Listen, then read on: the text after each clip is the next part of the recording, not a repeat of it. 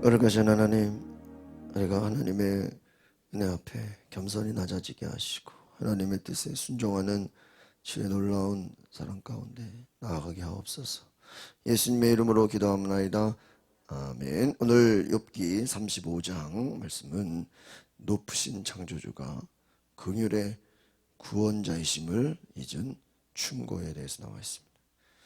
엘리후가 참 말하는 내용들을 보면 참 놀랍다. 참 하나님의 귀한 감동이다라고 할 수 있습니다. 하나님은 사람의 의나 악행에 영향을 받지 않으신다.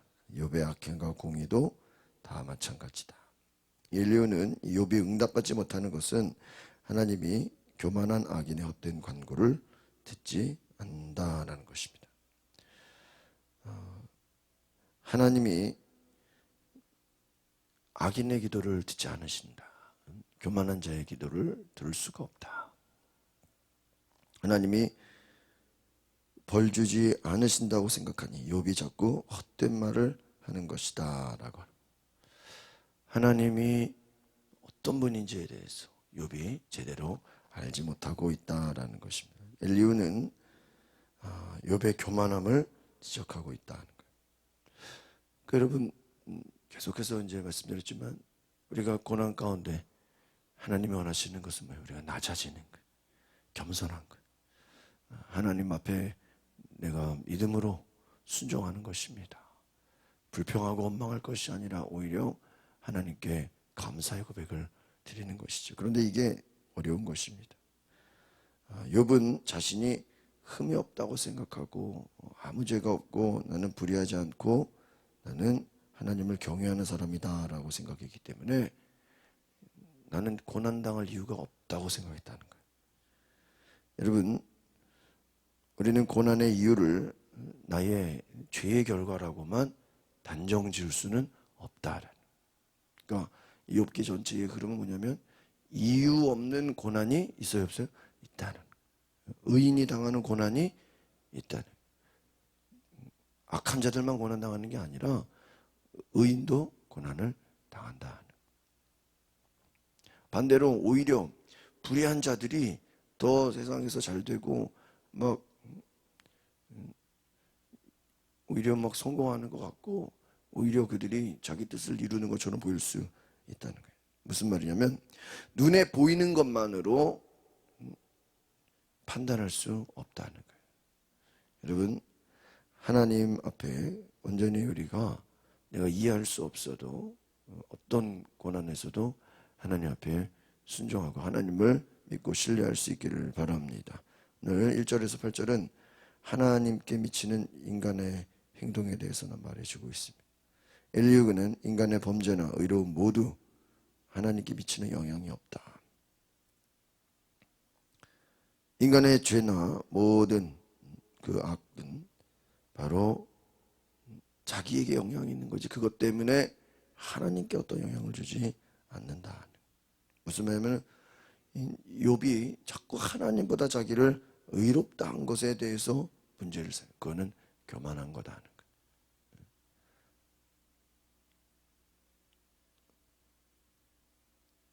하나님을 초월한 하나님을 뛰어넘는 인간의 의로움은 아무 상관이 없는 것이다. 무의미한 것이다. 하나님은 하나님의 일을 행하신다. 하나님은 우리가 다 이해할 수 없고 알 수 없고 우리가 하나님이 없다고 하나님이 안 계십니까? 여러분 우리가 하나님 불의하다고 한다고 하나님이 진짜 불의하신 분입니까? 그렇지 않잖아요. 그냥 우리의 말과 행동에 거기에 하나님이 좌지우지되는 분이 아니라는 거예요. 또한 하나님은 기도하는 자의 응답을 들으시는데 겸손한 자의 기도를 들으시는데 욥이 하나님 앞에 교만함으로 나아갔다. 엎드려서 기도하고 낮아져야 된다는 거예요. 하나님의 긍휼하심 가운데 하나님의 은혜 앞에 하나님의 불쌍히 여기심을 받을 수 있는 그런 은혜가 있기를 바랍니다. 여러분 하나님 앞에서는 우리의 연약함을 고백하면서 믿음으로 나아가셔야 됩니다. 오늘 유진서 목사님의 주님께 더 가까이 우리 묵상의 세이에 보시면 이런 흑인 영가 나는 비록 약하나라는 자. 나를 허락하시어 주 가까이 하도록 날마다 나를 이끌어 주소서. 온전한 기도에는 반드시 회개의 역사가 일어난다 하는 거예요. 나의 생각과 계획을 펼쳐놓고 하나님 내 뜻대로 되게 해주세요. 내 생각대로 되게 해주세요 하는 기도가 과연 온전한 기도냐. 하나님 앞으로 가까이 나아가서 하나님 용서해 주십시오. 하나님 어떻게 해야 하나님께 더 가까이 갈 수 있겠습니까? 어떻게 해야 하나님과 더 친해질 수 있겠습니까? 어떻게 하나님과 더 친밀한 관계를 맺을 수 있겠습니까? 진정 하나님 앞에 우리가 고난 가운데서도 하나님을 갈망하고 나를 내려놓는 삶. 대운에 우리의 태도가 어때요? 내 뜻대로, 내 원하는 대로, 내 생각대로, 내 방법대로 되게 해달래요. 그것이 아니죠. 나를 부인하고 자아가 깨지고 나를 내려놓고 오히려 하나님의 뜻을 받아들일 수 있는 은혜가 있기를 바랍니다. 그것이 어려워요. 그러니까 여러분 믿음 생활을 하다 보면은 내 뜻대로 안 되면 화가 나고 내 뜻대로 안 되면 막 자존심 상해하고 그것은 아직 하나님 앞에 내 자아가 깨지지 않은 거예요. 하나님 원하시는 건 욥이 내가 잘했어, 내가 이렇게 했어, 내가 뭐 열심히 했어, 내 공로로 내가 잘해서 복받았다는 거. 하나님 그거 원하지 않으시는 거예요. 나와 상관없이 하나님 앞에 엎드려 기도하고 하나님의 긍휼을 힘을 구하는 그런 겸손한 은혜가 있기를 바랍니다. 오늘 말씀 같이 보겠습니다. 1절에서 3절 같이 4절 같이 읽어보겠습니다. 시작. 엘리후가 이어 말했습니다. 당신이 내가 하나님보다 의롭다고 하다니 그게 옳다고 생각합니다. 당신이 그것이 내게 무슨 유익이 있습니까? 내가 죄를 깨끗이 없애면 얻을 것이 무엇입니까? 라고 했으니 말입니다. 내가 당신과 당신 친구들에게 대답하겠습니다. 욥의 문제는 뭐죠? 내가 하나님보다 뭐예요? 의롭다. 얼마나 자기가 자신만만하면 하나님보다 의롭다. 그 말은 뭐예요? 하나님은 불의하시다는 거예요. 그러니까 내가 고난당하는 게 하나님이 어떤 분인가? 불의하다. 이게 말이 됩니까?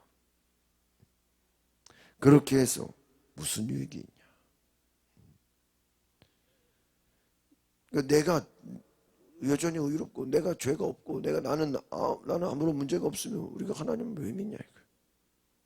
말이 안 되죠. 나의 뜻을 이루기 위해서 하나님이냐? 그게 아니죠.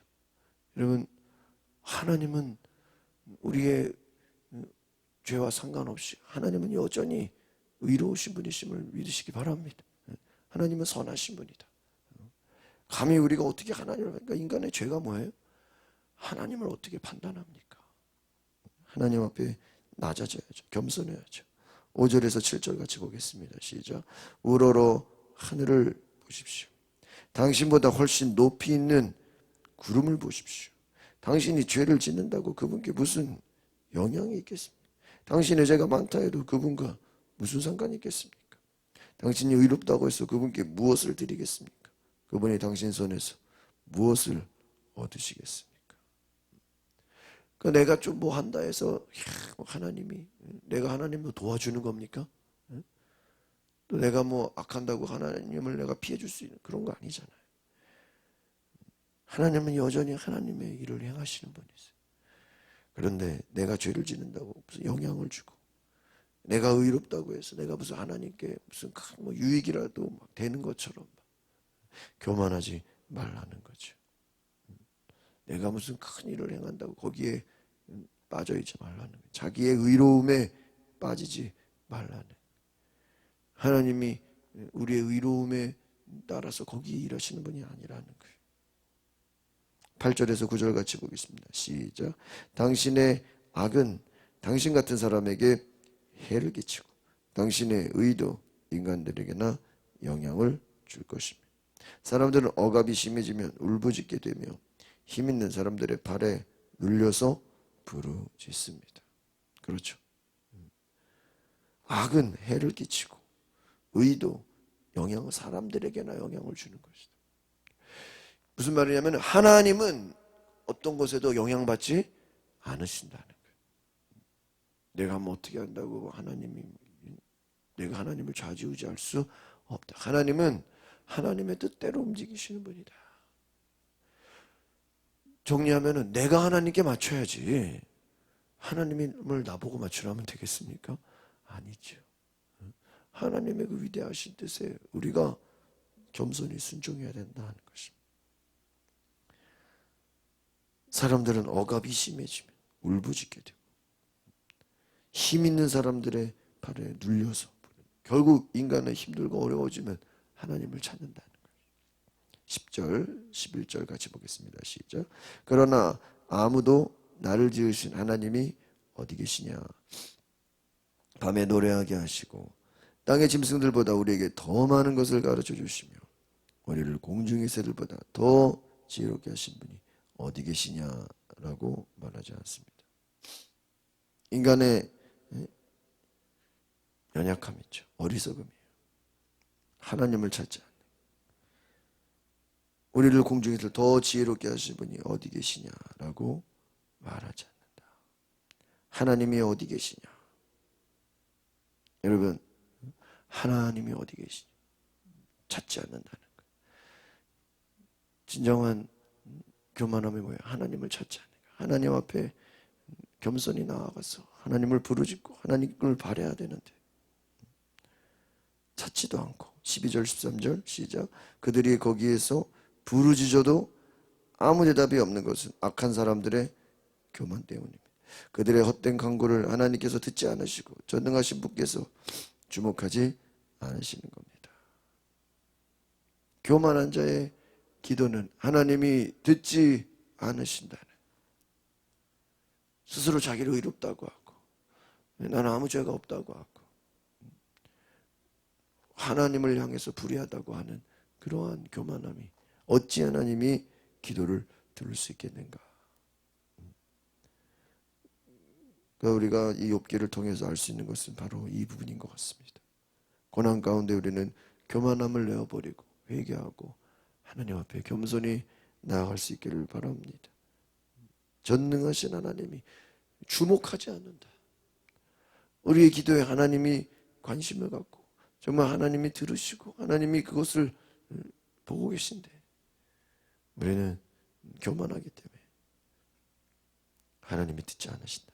14절에서 16절 같이 보겠습니다. 시작.